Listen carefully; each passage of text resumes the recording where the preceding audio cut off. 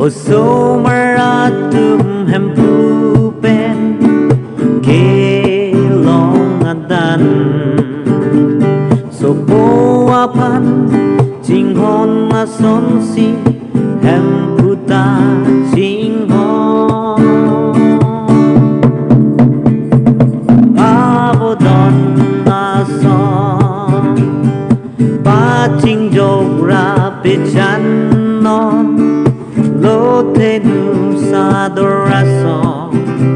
ang tupete ruino nabodon aso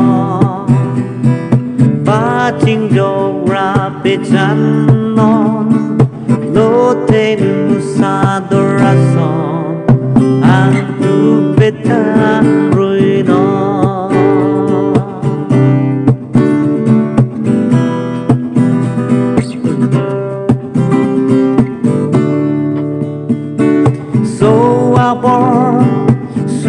Suabor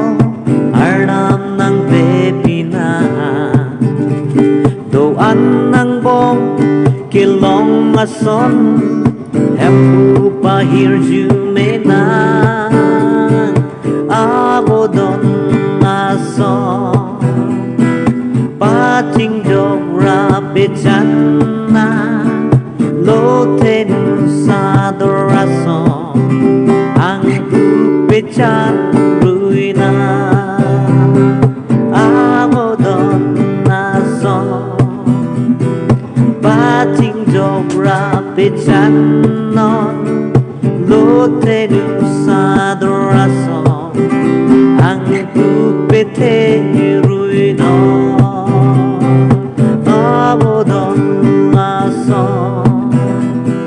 pating dobra pechan non lotenu sadorason